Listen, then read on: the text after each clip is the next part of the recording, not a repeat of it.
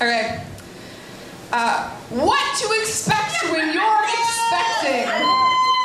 Or the patriarchy's guide to growing a human and then pushing it out your vagina. Congratulations! You peed on a stick. And instead of signaling an end to your gainful employment after a random drug test, this pee test is good news. Unless it's not. In which case, this book is not for you. Please see The Harlot's Guide to Abortion.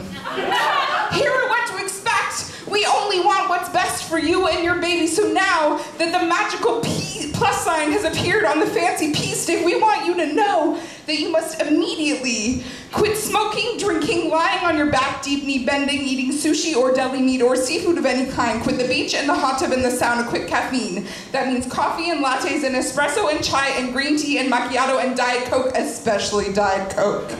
And chocolate. Quit skiing and football and boxing and sex in the missionary position, you harlot. That is how you entered this chocolate embargo zone in the first place.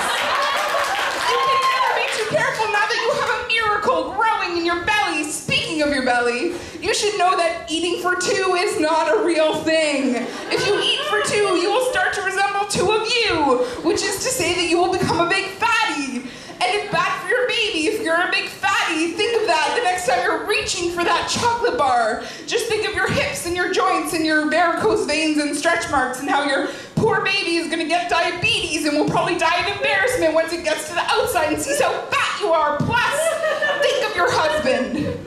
Speaking of your husband, this section is just for him because if you're not a heterosexual married woman, this book is probably also not for you.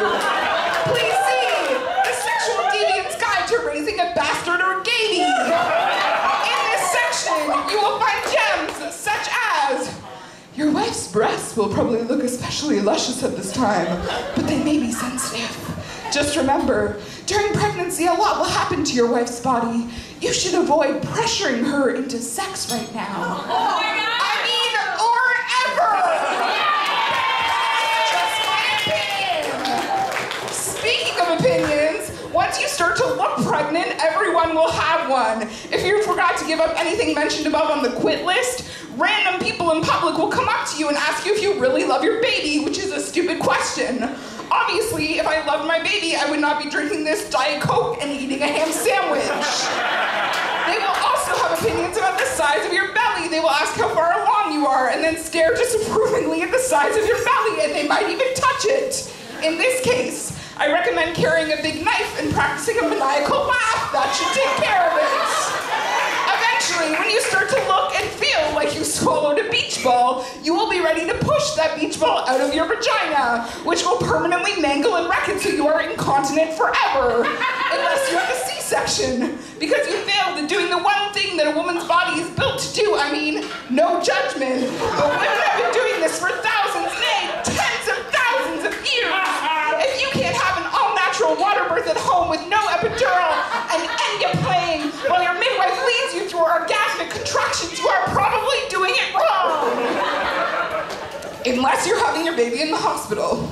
In which case, you should do whatever the doctor says. All the drugs, no food or water. Food and water are how Satan takes hold of your baby. Don't ask any questions. Just trust your doctor and hope that he doesn't try to slice up your perineum.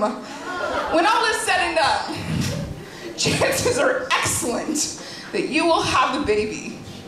And when they lay him or her on your heaving, sweaty chest, it will all have been worth it. You made it this far.